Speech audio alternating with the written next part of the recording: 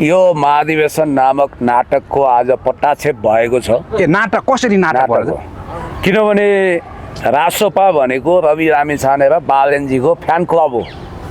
Rabi लामिछानेजीको fan एकाथरी छन्, अर्को बालनजीको fan. उहाँहरूलाई टिका लगाएर कोठाभित्र एक दिनमै चिया नास्ता गरेर नेतृत्व चुन्न मिलेन, किनभने निर्वाचन आयोगले त्यसलाई भ्यालिड मान्दैन।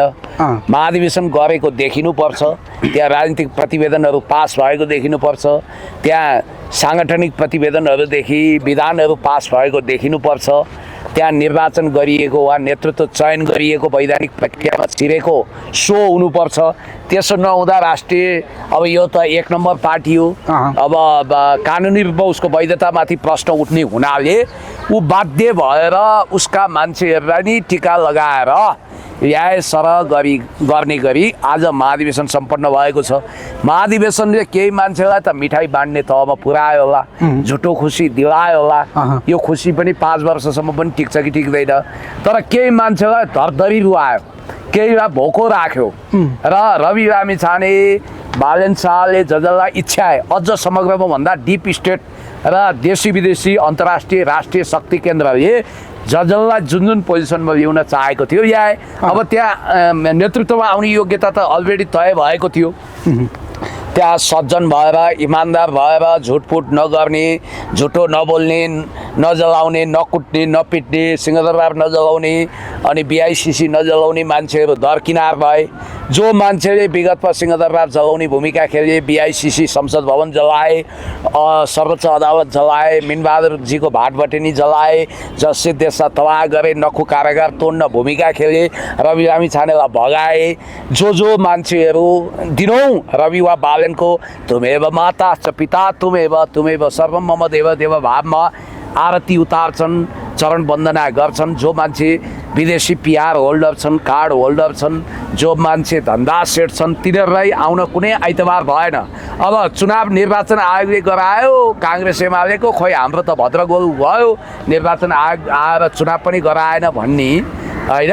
आशिका तामाङ समेत केन्द्रीय नेतृत्वमा आइन्, अनि अतिथिहरूको खुट्टा भात्नुपर्छ भन्ने, अनि देशले भारतको सिमाना मिचेको छ भन्ने उटपट्याङ कुरो गर्नेलाई पनि चुनाव जिताए खगेन्द्र सुनार। र त्यस कारणले गर्दाखेरि म के भन्छु भने यो नाटक पट्टाक्षेप भएको छ। अब महाधिवेशनको तर्फबाट पदाधिकारी चुनिने कुरामा रवि लामिछाने र बालनका गुडबुकका मान्छे आउँछन्, त्यति हो कुरो।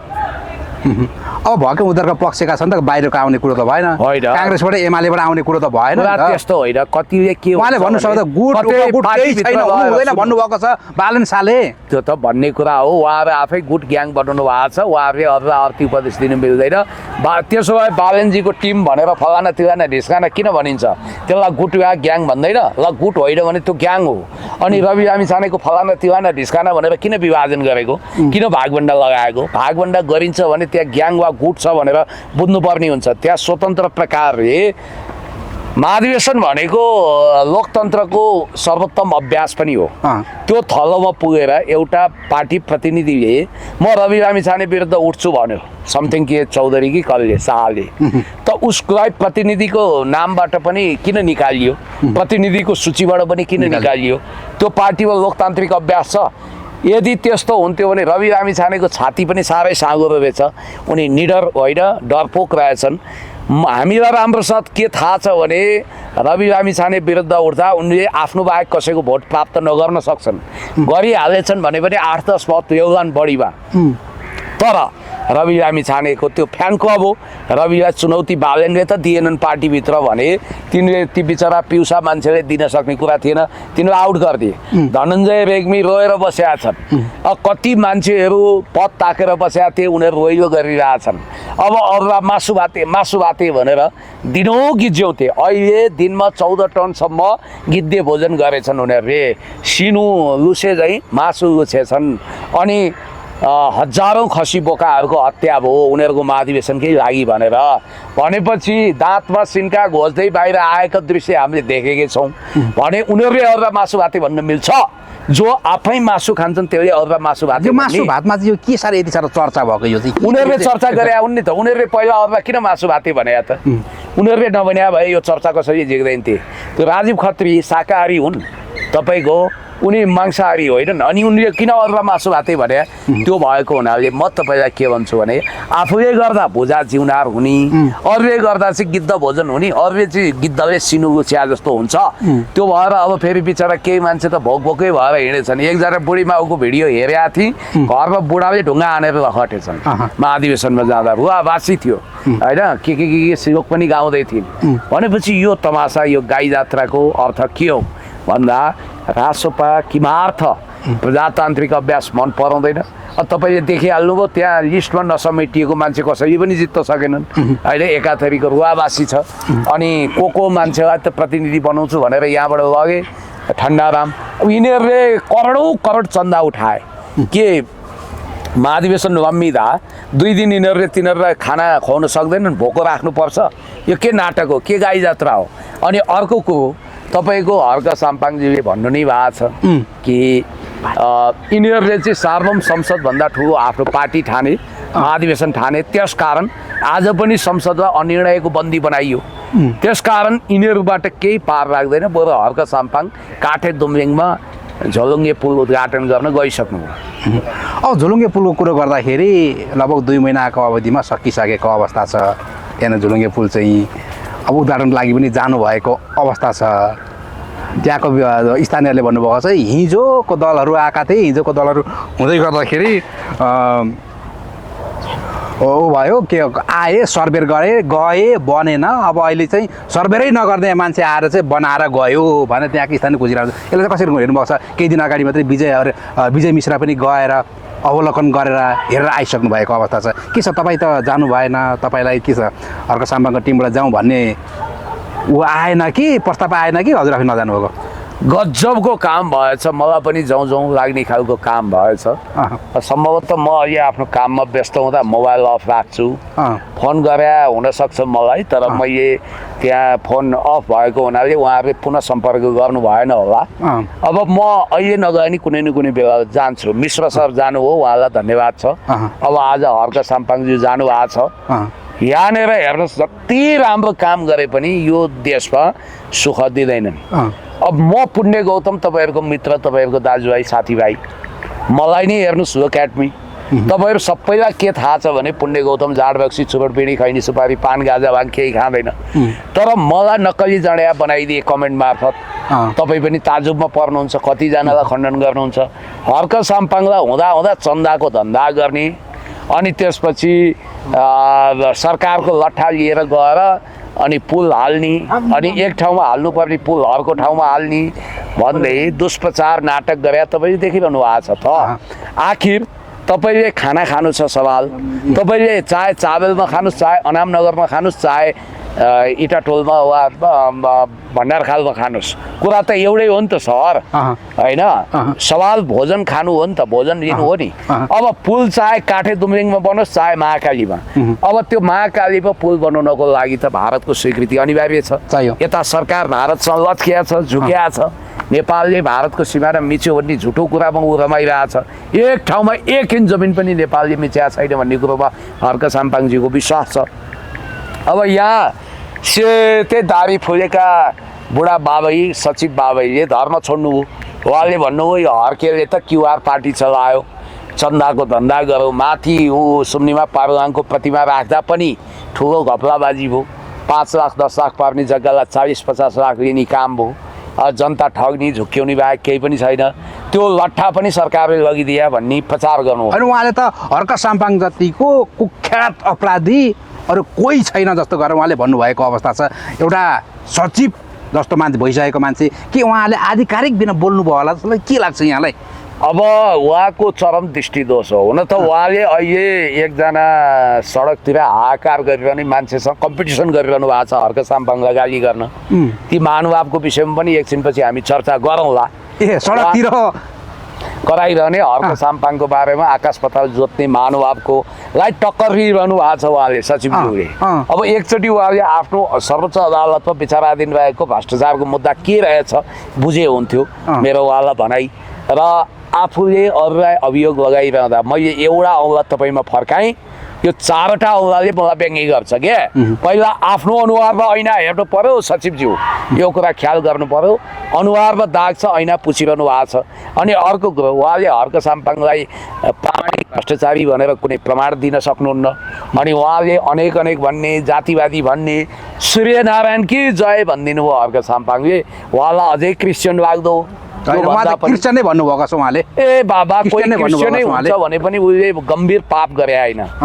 कोही आत्मैबाट म यो वैदिक सनातनी धर्म मान्दिनँ, हुन त वैदिक सनातनी भित्रै हो क्रिस्चियन, हिन्दू, बौद्ध, जैन, बोन, किराँत जम्मै यो नबुझेको हो। सिन्धुबाट सुरु भएको हिन्दू सभ्यता हो यो। हिन्दू एउटा संस्कार हो, पूजाविधि हो। खास धर्म भने वैदिक सनातनी, त्यो भित्रै किराँत धर्मावलम्बी हुनुहुन्छ हर्क साम्पाङज्यू। यो कुरा दुनियाँलाई थाहा छ। तर उहाँलाई नक्कली क्रिस्चियन बनाइदिए। अब रमेश प्रसाईले हुँदा हुँदा तपाईँको इस्यु भनिदिए। म भन्छु कोही मान्छे हृदय परिवर्तन गरेर पैसाले नकिनिएर रिलिजियस कन्भर्जनमा नपरेर यदि कोही क्रिस्चियनै हुन्छ, कोही मुस्लिम हुन्छ, कोही के हुन्छ भने हामीलाई कुनै आपत्ति छैन। किनभने जोर जबरजस्ती पैसामा चाहिँ कसैलाई धर्म परिवर्तन गर्नु भएन। त्यो संविधानको पनि बर्खिलाफ हुन्छ, त्यो कानुनी दण्डनीय अपराध हुन्छ। तर यो समाजमा क्रिस्चियन हुने बित्तिकै त्यो पापी नै हो, त्यो कुलङ्गार नै हो, त्यो देशद्रोही नै हो, त्यसलाई बुलडोजर चलाउनुपर्छ, त्यसलाई बाँच्ने अधिकार छैन, त्यो नरपशु हो भनेर कसैले भन्छ भने त्योभन्दा ठुलो पापी कोही होइन। किनभने क्रिस्चियन हुँदैमा कोही मान्छे अपराधी हुँदैन। सवाल उसले आफ्नो मानव धर्म पुरा गरेको छ कि छैन, ऊ वास्तवमा गरिब दुखीप्रति संवेदनशील छ कि छैन, उसले देशलाई माया गरेको छ कि छैन, उसले मानवता जोगाएको छ कि छैन, उसले पाप गरिरहेको छ कि छैन, उसले कतै शोषण अन्याय गरेको छ कि छैन, ठाडो टिका लगाएर भन्ने कुरा चाहिँ प्रमुख हो। यहाँ ठाडो टिका लगाएर जय शम्भु भन्दै भ्रष्टाचार गर्ने, अपराध गर्ने, व्यभिचार गर्ने, पापाचार गर्ने चाहिँ वास्तविक पापी हुन्। तर कोही मान्छे केही भयो भने पनि त्यसमा आपत्ति छैन। अब हर्क साम्पाङ त फेरि उहाँले जय मसी भन्दै चर्च धाएको पनि थाहा छैन हो। अस्ति एउटा भिडियो आयो, त्यहाँ चाहिँ एकजनाले उहाँ त राष्ट्रिय पार्षद हो भनेर, के अरे पास्टर हो भनेर ठट्टा गरिदिनु भएछ इसाई धर्मावलम्बीले। अब उहाँले चाहिँ त्यसमा नभन्नु है पनि भन्नुभएको छ, फेरि यसो नभन्नु भनेर। त हर्क साम्पाङलाई जसरी पनि क्रिस्चियन प्रमाणित गरेरै छोड्ने, पास्टर बनाएरै छोड्नेहरूले के बुझ्नुपर्छ भने पास्टर भरत गिरीले आजभन्दा 3-4 वर्ष अगाडि रवि लामिछानेलाई धन्यवाद, उहाँ त 2009मा अमेरिकामा खोलेको अमेरिकन फ्रिडम पार्टीको नेपाल शाखा खोलिरहनु भएको छ। त्यो चाहिँ क्रिस्चियन मिसनरीद्वारा फन्डिङ गरेर जन्माइएको हो भनेर उहाँले भन्नुभएको थियो। एउटा पास्टर बाबी पनि भन्नुभएको थियो उहाँले, भरत गिरीले। अहिले भिडियो हटाइएछ होइन। भनेपछि अब विगत राजसभाको चुनावमा पास्टरहरूले कति धेरै पास्टरले टिकट पाए तपाईँलाई थाहा छँदैछ। त्यसकारण हर्क साम्पाङलाई बदनाम गर्ने आफै बदनामित मान्छे हुन्। हर्क साम्पाङलाई विगतमा नक्कली माओवादी बनेर चन्दाको धन्दा गरेको भने अहिले पनि सुम्निमा पारुवाङमा करोडौँ रुपियाँ समीर दत्त सब मिलेर जिप्ट्याएको भने अनेक आरोप लगाइरहेका छन् होइन। त्यसकारण हुँदा राजसभाले कतिसम्म गर्यो भने केही मान्छेलाई प्रभावमा राखेर ठुलो विद्रोह गराएर अनि उहाँलाई दुष्प्रचारको हिलो छ्याप्ने काम पनि भइरहेको छ। त्यसकारण म फेरि पनि भन्छु हर्क साम्पाङ भनेको यो भूमिले जन्माएको देशभक्त भूमिपुत्र हो। हिलोमा दुलोमा चटाइमा गुन्द्रीमा बसेर कोका सर्दु खर्दु गोगने आदि इत्यादि खोलाको पानी पनि खुवाउनु भयो। उहाँले मेहनत गर्नुभयो। यो देशको सीमा रक्षा हुनुपर्छ, यो देशमा मानवता जोगिनुपर्छ, सुकुम्बासीमाथि ज्यादती हुनु हुँदैन। हजारौँ हेक्टर जमिन नेपालको फिर्ता हुनुपर्छ। नेपालले 1 इन्च जमिन पनि मिचेको छैन। प्रधानमन्त्रीले संसदमा आएर माफी माग्नुपर्छ, रेकर्ड हटाउनुपर्छ भन्दै अब काठे दुम्लिङमा तुइन विस्थापित गरेर मानवताको आधारमा झोलुङ्गे पुल निर्माण गर्नको लागि क्युआर मार्फत यदि उहाँले चन्दा नै उठाउनु भएको छ भने पनि त्यो चन्दाको धन्दा होइन। चन्दाको धन्दा कतिखेर भयो? जतिखेर राजकोट हस्पिटल बनाइयो त्यो बेलामा ब्याङ्किङ मार्फत अब क्युआर थियो कि थिएन त्यतिखेर मलाई थाहा भएन। जस ब्याङ्किङ प्रणालीबाट के अरे आइएमईबाट विभिन्न तरिकाले करोडौँ करोड 25 करोड जति उठ्यो। 5 करोडको पनि काम भएको छैन। त्यसको हिसाब किताब खोजुन् न। यो देशको सबैभन्दा ठुलो क्युआर पार्टी कुनै हो भने रासपा हो। आज पनि म भन्छु रवि लामिछाने फाउन्डेसन मार्फत त्यो कोरोना कालमा एउटा हस्पिटल बनाएको थियो नि, त्यो राजकोट के अरे होइन सरी त्यो हस्पिटल यिनीहरूले ल्याएको थियो नि ठेक्कामा, जनमैत्री हो। त्यो हस्पिटलमा कति उपचार भयो? खासै भएन। पैसा उठ्यो करोडौँ, त्यसको हिसाब किताब खोइ। त्यस कारणले गर्दाखेरि सबभन्दा ठुलो क्युआर पार्टीलाई नै काँधमा बोकेर हिँड्ने दारीवाल सचिवज्यूले अब यो दारी फुलेका सेतै हिउँझै दारी भएका ती सचिवले त काँधैमा बोकेका छन् दुई धारी बालेन र रविजीलाई। उहाँहरूको चाहिँ कुनै कमजोरी देख्नुहुन्न। नेपालले भारतको सीमा मिच्यो भन्दा नि वाउ भन्नुहुन्छ उहाँहरू। त्यसकारण अर्काको जिउमा जुम्रा छ भने पनि टेलिस्कोप लगाएर हेर्ने, यामानको बनाउने, आफ्नो जिउमा भैँसी हिँड्या नदेख्ने हो क्या उहाँहरूले। अनि भुवनजी अर्को महत्त्वपूर्ण कुरा गर्दैछु, आज तपाईँलाई जानकारी दिउँ, विश्व बजारमा पेट्रोलियम पदार्थको भाउ घट्यो। अहिले पहिला बरु गल्फ वार अगाडि, इजरायल इरान युद्ध अगाडि $75 प्रति ब्यारेलको तेल अहिले $72 झऱ्यो। नेपाली तपाईँहरूले हामीले पहिला 165 रुपियाँ लिटर तेल किन्थ्यौँ होइन त। डिजेल तपाईँ पेट्रोल त्यति बेला किन्नुहुन्थ्यो नि 165 देखि 67 सम्म। अनि वात्तै बढेर अहिले 217 रुपियाँ प्रति लिटर छ। अनि 222 कि 25 रुपियाँ छ डिजेलको। तर विश्व बजारमा अहिले घट्यो। गल्फ वार भन्दा अगाडि भन्दा पनि घट्यो। अर्थात् त्यतिखेर जतिखेर तपाईँले 165 मा किन्नुहुन्थ्यो त्यो बेलाको भन्दा पनि घटेपछि अब सरकारले पेट्रोलियम पदार्थको मूल्य 155 गराउन सक्छ कि सक्दैन? ग्यासको घटाएर तपाईँको 1700 बनाउन सक्छ कि सक्दैन?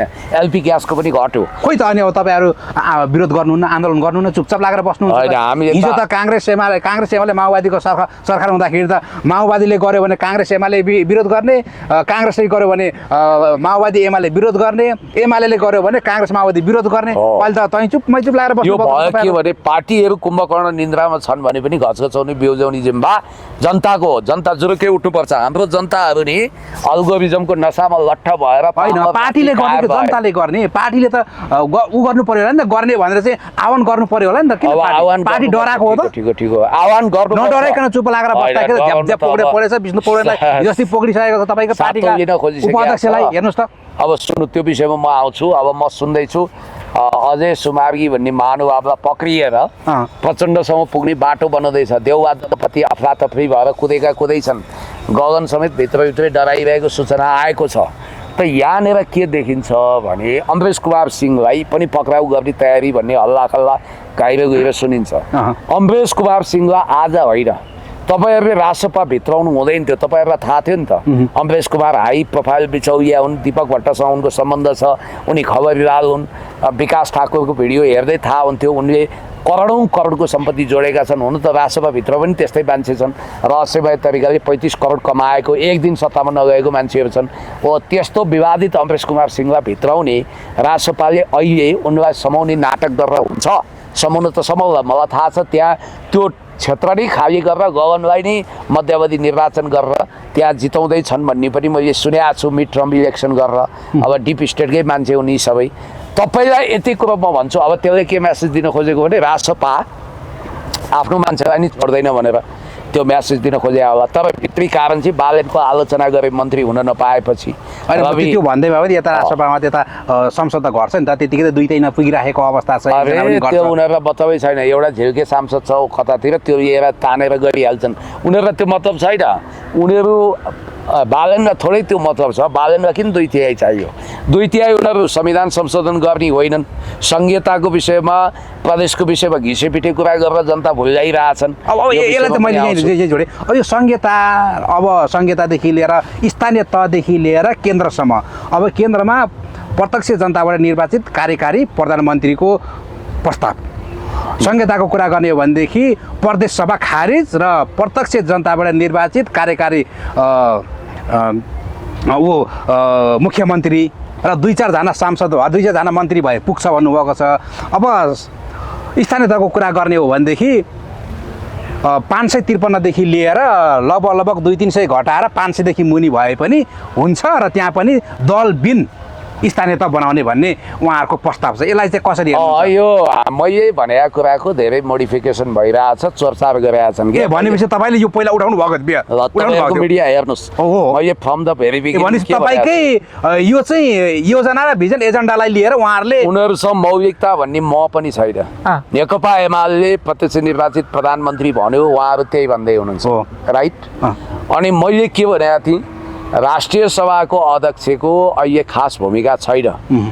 उपराष्ट्रपतिको भूमिका छैन उपराष्ट्रपतिलाई नै पदेन हिसाबले राष्ट्रिय सभाको अध्यक्ष बनाइदिउँ उहाँहरू त्यही भन्न थाल्नु हो कि होइन अनि मैले के भनेको थिएँ भने वास्तवमा भन्ने हो भने अब यो पालिकाहरू अलि बढी भए 750 भन्दा बढी पालिका छ त्यसलाई घटाएर 550 500मा झारौँ भने त्यही भन्न थाल्नु भएको छ इन्टरभ्यू चाहिँ मजाले सुन्नु हुँदो रहेछ भन्ने आयो व्यवहारिक कुराहरू गरेका थियौँ र राम्रो व्यवहारिक कुरा गर्नुहुन्छ भने धन्यवाद तर यो बिचमा एउटा गाजे माझे रकमी र अत्यन्तै कुटिल कुरा आयो स्वर्णिम वाग्लेको दस्तावेजले भन्छ हाम्रो सङ्ख्या र सामर्थ्य पुगेको दिन हामी प्रदेश सरकार खारेज गर्छौँ सिद्धियो कुरो रवि लामी छानेको घाटे वैद्य जस्तो प्रतिवेदन सायद बाबुरामको इन्फ्लुएन्समा लेखिया होला त्यसले के भन्छ नयाँ शक्तिकै यो नयाँ मोडरेट भर्जन हो उसले के भन्छ प्रदेश सभाको मोडिफिकेसन अर्थात् यसलाई हामी नयाँ बनाउँछौँ व्यवस्थापन गर्छौँ भन्नुहुन्छ घाटे वैद्यको अगाडि बिरामी राख्यो भने यो बाँच्छ भन्यो भने एकचोटि यसो गर्छ मर्छ भन्यो भने पनि मुन्टो हल्लाएर मऱ्यो भने पनि मैले मर्छ भनेकै थिएँ भन्ने हुन्छ उसको अभिव्यक्ति होइन भोलिपल्ट बाँच्यो भने नि मैले भनेकै थिएँ बाँच्छ भनेर दुईचोटि मुन्टो हल्लाएको छ नि त उहाँहरूको नीति त्यस्तै हो है उहाँहरूले चित्रबहादुर केसीको जस्तो क्लियर कट भिजन लिनु पर्यो चित्रबहादुर केसीले नो नो नो भन्नुभयो नो थ्याङ्क्स भन्नुभयो राप्रपा जस्तो दही चिउरे बनेर हुँदैन राप्रपाले के गर्यो संहिता मुर्दाबाद भन्यो प्रदेश सरकारमा भाग लियो मन्त्री खान गयो मुख्यमन्त्री ताक्यो पाएन सभामुखमा चित्त बुझायो अब चित्रबहादुर केसी वा केपी शर्मा ओलीज्यूले मिलेर काम गरौँ तपाईँ मुख्यमन्त्री नै सम्हाल्ने गरी प्रदेशको तयारी गर्नुहोस् भन्दा सङ्घीयता देशको लागि सेतो हात्ती हो यो देशले थाम्न सक्दैन हामी यो रुचाउँदैनौँ भनेर नो फेडरलिजममा गयो कि त्यसरी आउनु पर्यो होइन भने तपाईँले भने जस्तो निर्वाचित मुख्यमन्त्री भने छ अर्कोतिर यो 5 विकास क्षेत्रलाई नै 7 प्रदेशको रूपमा मान्दैन अनि कर्मचारीलाई जिम्मा लगाएको छ सबै कुरा यसले कहाँ जान्छ अहिले बालेन शाहजीको ध्याउन भने त तपाईँले सोच्नु भयो होला 15-20 जना कतिको गिरफ्तारी होला त्यो होइन उनीहरूले हुनसक्छ हजारौँ मान्छेहरू समाउने छन् समाइदिन त के भयो र 10,000 मान्छे सांसद मन्त्री भएको छन् यो देशमा बाँचेकै छन् 5-7 हजार त होइन तिनीहरूलाई समाउनु कुनै आइतबार छैन तीमध्ये कति फोहोरी पनि होलान् कतिलाई दाग पनि लाग्यो होला भ्रष्टाचारको त्यो कतिको हात अनियमितता कमिसन र भ्रष्टाचारको मैलले कटकटिएको होला तिनीहरूलाई मुद्दा चलाउनु ठुलो कुरो भएन र हुनसक्छ उनीहरूले गिरफ्तारी गर्दै जाँदा नेपालको जेलहरू पनि साँगुरो होला थप जेल पनि बनाउनु पर्ला तर म पक्का आत्मविश्वासका साथ भन्छु यो चकाचौधले नेपाली मनोविज्ञान बुझ्नेहरूले के बुझ्छन् भने 6-8 महिना त जनता बडो खुसी हुन्छन् जनता कस्ता छन् मैले सबैलाई भनिनँ अर्काको घर भत्किने हो भनेपछि परपीडक ढङ्गले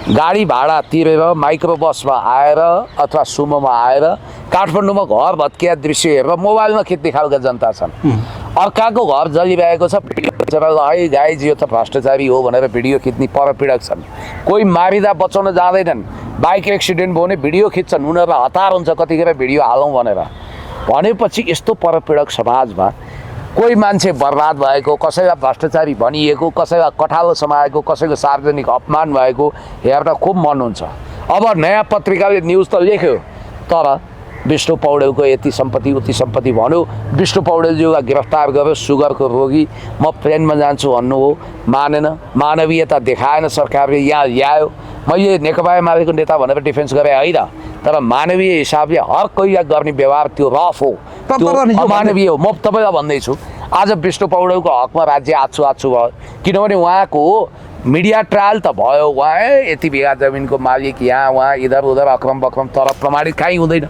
किनभने तथ्य र प्रमाणमा जानु पर्यो नि विष्णु पौडेलले फेरि चीनसँगको बेल्ट एन्ड रोड इनिसिएटिभ अन्तर्गत दैलेखको दुर्गमा पेट्रोलियम पदार्थ उत्खनन गर्ने BRI अन्तर्गत नेपालमा 20 खर्ब बराबर 5 वर्षभित्र अनुदान आउने गरी सिग्नेचर गरेको हुनाले र झापाको कमल गाउँ विकास समितिमा उहाँले चाहिँ 200 के अरे करिब 2000 रोपनी जग्गा खरिद गरेर त्यहाँ औद्योगिक पार्क बनाउने कुराको अगुवाई गरेको हुनाले उहाँलाई यो हालतमा पुर्याइयो अब दीपक भट्टभन्दा ठुल्ठुला बिचौलिया छन् तर तिनको सालदाल चाहिँ डिप स्टेट वा इन्डियासँग जोडिने हुनाले तिनलाई पक्राउ गरिएन तर चाइनिज प्रोजेक्टको एजेन्टको रूपमा काम गरेको दलालको रूपमा काम गरेको दीपक भट्टलाई पक्राउ गरियो भनाइको मतलब मालपानीहरू फोक्का फाल्छन् अब दीपकहरू पक्राउ छन्, पक्राउ गर्नुहोस्, अशुद्ध छन्, भ्रष्टाचारी छन् भने कारबाही गर्नुहोस्, म दुधले धोएको भन्दिनँ। तर आज सेयर मार्केट के भयो?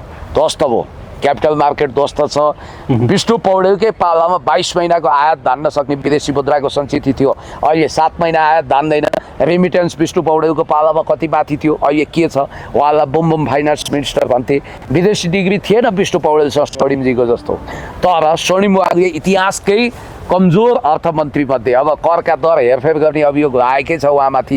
त्यस कारणले गर्दाखेरि अर्थतन्त्रलाई हिकमा ल्याउन सक्ने चतुर, व्यवहार कुशल, मृदभाषी व्यक्ति हो विष्णु पौडेलज्यू। ल ठिक छ, तथ्य र प्रमाणको आधारमा अदालतले उहाँलाई भ्रष्टाचारी प्रमाणित गर्छ भने हाम्रो भन्नु केही छैन। अब यहाँनिर उहाँ पार्टी पुनर्गठन अभियानमा पनि हिँड्नुभयो, यही बेलामा जङ्गलमा चितुवा कराउनु र खोर र सिँगारी बाख्रो हराउनुको संयोग जस्तो एकै भयो। अब हर्क साम्पाङले त्यही भएर यो प्रधानमन्त्री सचिवालय कार्य होइन कि पक्राउ पूर्जी सचिवालय रहेछ भन्नुभयो। पक्राउ गर्न सबैलाई सकिन्छ।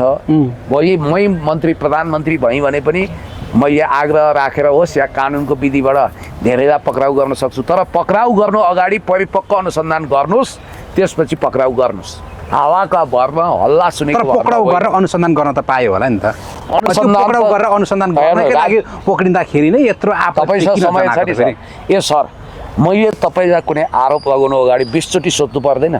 त्यो आरोप ठिक हो कि होइन मैले पुनर्विचार गर्नु पर्दैन? अब हिजो कुरा गर्ने भनेदेखि रवि लामी छानालाई पनि पक्राउ गर्यो, धेरै पक्राउ, तर प्रमाण त पुग्न सकेन। होइन, न अदालतले प्रमाण दिन सक्यो। सर्वोच्च अदालत सुन्नुहोस्, सर्वोच्च अदालतमा अझै पनि मुद्दा विचाराधीन छ। तर खोइ यत्रो वर्ष घुमायो, खोइ त उसलाई पक्राउ गरेर खोइ त कुनै पनि मिडिया ट्रायल होइन, अदालती ट्रायल त भयो नि त। आज के प्रभाव कुनै प्रतिशोध भएन। आज विष्णु पौडेललाई पक्रिँदा सङ्गठित अपराधको मुद्दा सुन्नु मेरो कुरो। विष्णु पौडेल अनि सुन्नु न, जीवी राई भन्ने मान्छे आकाश पताल दुई पताल यत्र तत्र सर्वत्र 3 त्रिलोकबाट खोजेर ल्याउनु पर्ने होइन। जीवी राईलाई चाहिँ सुन्नुहोस् है मेरो कुरो, जीवी राईलाई तपाईँले त्यत्रो 16 अर्ब रुपियाँको सम्पत्ति शुद्धिकरण र सङ्गठित अपराध लाग्नेलाई चोख्याइयो, विष्णु पौडेललाई समाइयो भनेपछि यहाँ अन्याय भएको छ कि छैन? अनि अर्को कुरो म तपाईँलाई फेरि पनि के भन्छु भने, यसरी जाने हो भने धेरै मान्छे गिरफ्तार भएको हेर्न सक्छौँ। कति मान्छेलाई सार्वजनिक रूपमा बेइज्जत गर्छन्, कुटरान पिटरान, राज्य भाड भइबो जान्छ। देशलाई चाहिएको विकास हो, अहिले विकास ठप्प छ। दैनिकको पेट्रोलियम पदार्थ उत्खनन गरेर 5-7 वर्षभित्र देशलाई तेलमा आत्मनिर्भर बनाउन चाइनाले मद्दत गर्दै थियो, त्यहाँ ताला लाग्यो। चाइनिज प्रोजेक्ट देख्नै नहुने विश्वको सबभन्दा ठुलो साउजीलाई नि यहाँ ढिम्किन दिएको छैन। हातमा टिओबीको ट्याटु खोप्ने मान्छे अहिले मन्त्री भएको छ। त्यस कारणले गर्दाखेरि हर्क साम्पाङ त्यसै रोनु भएको छ, त्यसै एमालेका नेताहरू रोएका छन्, त्यसै हामी चिन्तित छौँ। हे भगवान्, हे हर्क साम्पाङ भनेको त एमालेको, यो देश एमाले परिचालित गरेको भन्छ नि त हर्क साम्पाङलाई त, हो त? होइन, गलत हो। हर्क साम्पाङज्यू स्वचालित व्यक्ति हो। एमाले लिएका ठिक नीतिलाई ठिक भन्न नपाउनु उहाँले। केपी शर्मा ओलीज्यूले कालापानी रिपोर्ट निम्पियाद्वारा समेटिएको महान नक्सा जारी गर्नुभयो। विद्यादेवी भण्डारीज्यूले अन्तर्राष्ट्रिय रूपमा नेपालको प्रतिष्ठालाई उचाइमा पुर्याउनु हो। उहाँले त्यो कुरा राम्रै हो भन्न नपाउनु। ठिकलाई ठिक भन्नुपर्छ, बेठिकलाई बेठिक भन्नुपर्छ। उहाँ सत्य बोल्न जन्मिया, सायद राष्ट्रपाको सम्मेलनमा गइदिए भए भिडले खिच्थ्यो उहाँलाई, किनभने उहाँ त अलोकप्रिय सत्यको प्रवक्ता हो, लोकप्रिय झुटको बेगुन त पुऱ्याउनुहुन्न। त्यस कारण फेरि पनि म आत्मविश्वासका साथ भन्छु कि यो देशमा जे भइरहेको छ, यो नाटक भइरहेको छ, नौटङ्की भइरहेको छ, अभिनय भइरहेको छ, तपाईँलाई सुन्न अचम्म लाग्छ। रासपा पार्टी होइन। के हो त? तपाईँले सोध्नुहुन्छ मलाई, तपाईँले भन्नु होला एकछिनपछि, ए पुण्य सर, देशको सबैभन्दा ठुलो सिट ल्याएको पार्टी, सरकार बनाएको पार्टी, 2/3 पार्टी, तपाईँ भन्नुहुन्छ त्यति मात्रै होइन। रवि लामी छानेले भन्नुभएको छ, अधिवेशन हुँदाहुँदै मैले जानेसम्म र बुझेसम्म धेरै विज्ञ व्यक्तिहरूले नि भन्नुभएको छ, विश्वकै ऐतिहासिक पार्टी, ताकि पहिलो अधिवेशन नहुँदाखेरि नै यति ठुलो 2/3 नजिकको बहुमतले हुने पार्टी विश्वकै ऐतिहासिक पार्टी भन्नुभएको छ नि। तपाईँ भन्नुहुन्छ पार्टी होइन भन्नुहुन्छ, फेरि के हो त? संसारलाई रुल पार्टीको रूपमा निर्वाचन आयोगमा दर्ता भएको छ। किन पार्टी होइन? म 4-5 वटा निर्वाचन आयोगमा चाहिँ किन दर्ता भएको? निर्वाचन आयोगमा दर्ता भइसक्यो, आधिकारिक रूपमा पार्टी भयो नि त।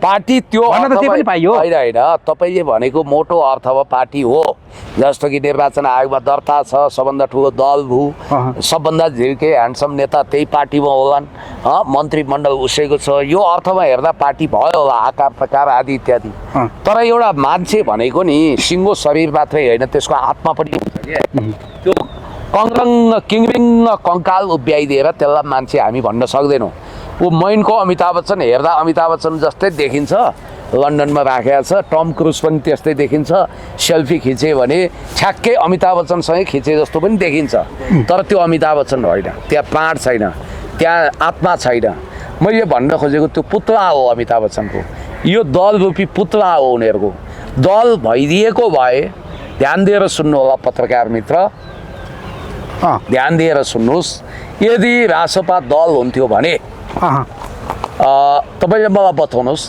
संसारमा रुल गरिरहेको दुई ठुला देशहरू चीनको सिपिसी अर्थात् कम्युनिस्ट पार्टी अफ चाइनाको डेलिगेट्स प्रतिनिधि किन शुभकामना दिन आएनन् अनि अमेरिकाको रिपब्लिकन वा डेमोक्राट्सको प्रतिनिधि किन आएनन् जबकि रासपालाई अमेरिका निकट मानिन्छ त्यस्तै बेलायतबाट लेबर वा कन्जर्भेटिभ पार्टीका प्रतिनिधि सरकार वा प्रतिपक्षको प्रतिनिधि किन आएनन् र भारतबाट कांग्रेस बीजेपी किन आएनन् एउटा प्रश्न भयो यी दुईटाले बहिष्कार गरे अनि आम आदमी पार्टी केजरीवालको त आउँथ्यो होला कक्रोच आउँथ्यो होला किन आएन अनि विश्वको कुनै पनि देशका पार्टीहरूले आएर शुभकामना दिएनन् फेटर्नल रिलेसन रहन्छ यसको मतलब उनीहरू यो रासपा भन्ने पार्टी सरकारमा गएको अराजनीतिक समूह हो भनेर उनीहरूले रिकग्नाइज गरे अब तपाईँले मलाई भन्नु होला गगन थापाले गरे विशेष महाधिवेशनमा पनि थिएनन् भनेर त्यो चाहिँ के हो भने महाधिवेशनको डाउको कलङ्क हो त्यो तपाईँको भाङ्रेस बनाउन गरिएको विशेष महाधिवेशन त्यसमा विदेशी डेलिगेट्सलाई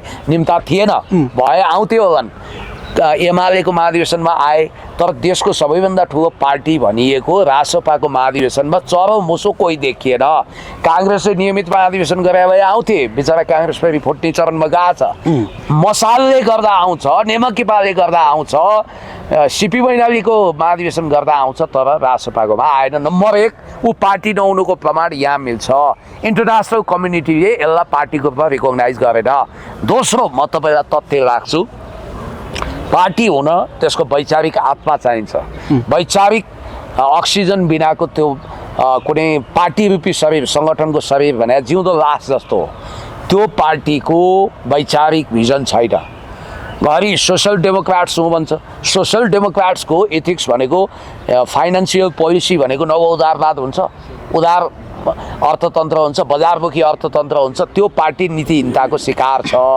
गङ्गा आए गङ्गादास जमुना आए जमुनादास कुनै आइडियोलोजी छैन फिलोसफी छैन पार्टी हुन समृद्ध इतिहास चाहिन्छ भविष्य दृष्टि चाहिन्छ यो खरानीबाट उदायो घन्टी बजाउँदैछ सायद यो छिट्टै नै देश कि त यसले देशलाई खरानी बनाउन सक्नुपर्छ त्यो बनाउँदैन भगवान् पशुपतिनाथको कृपा छ होइन भने यो आफै त देश कायापलट हुन्छ कायापलट अब यस्तै चालले कायापलट हुन्छ तर यो भनिरहेका छन् नि हिजोको दलहरूले पुराना दलहरूले 30-35 सालमा चाहिँ 35 सालसम्म चाहिँ धस नस भएको देश यति छिटै कहाँ हुन्छ बिस्तारै बिस्तारै हामी यसलाई 30-35 वर्षमा विकासको मोडालीमा लानु भएको छ भने बर्थ सर्टिफिकेटको आधारमा पुरानो भने होला जस्तो कम्युनिस्ट पार्टी 6 सालमा जन्मियो काङ्ग्रेस पनि 5 सालमा जन्मियो अथवा अरू पार्टीहरू त्यही अनुसार जन्म भयो उनीहरूको त्यसकारण उनीहरू पुरानो भने होला त्यो आधारमा हुँदैन सबभन्दा पुरातन विचार बोक्ने भनेकै रासपा हो यो सब कुनै दृष्टिकोण पनि छैन सिद्धान्त पनि छैन यो नव उदारवादी हो कि समाजवादी त्यो यसको लिङ्ग पनि छुट्याएको छैन केही पनि छैन त्यसकारण 30-35 वर्षमा अरूले सखाप नपारेको संरचना यिनीहरूले ध्वस्त बनाए 10 वर्षको जनयुद्धमा पनि यति धेरै क्षति भएको थिएन जति यिनीहरूले गरे अहिले हाम्रो शिरमाथि गिर खेलेर करको कहरमा हामीलाई पिदाएका छन् यत्रो ज्यानमारा महँगी छ गरिबी छ देशको प्रधानमन्त्री सायद विश्वकै यो पहिलो र अन्तिम प्रधानमन्त्री हो बालेन शाहजी जसले चाहिँ हामीले नमिचेका सीमा पनि मिचेको छ भारतको भन्नुभयो अनि महाधिवेशन चितवन महाधिवेशनमा गएर काइते कुरा गर्नु काइते होइन त्यहाँ गएर त उहाँले संसदमा बोलेको सदनमा बोलेको कुरालाई स्पष्टीकरण स्पष्ट भनिदिनु भनिराखेको छ स्पष्टीकरण होइन म तपाईँलाई बुझाइदिन्छु तपाईँले कुनै मान्छेले टोयलेट बाहिर फोहोर गरेको छ मान्नुहोस् तपाईँले टोयलेट बाहिर फोहोर गरेको कुरा टोयलेटको त्यो कमोडको पालभित्र सफा गरेर हुन्छ बाहिरै फोहोर सफा गर्नुपर्छ उहाँले संसदमा फोहोर गर्नु हो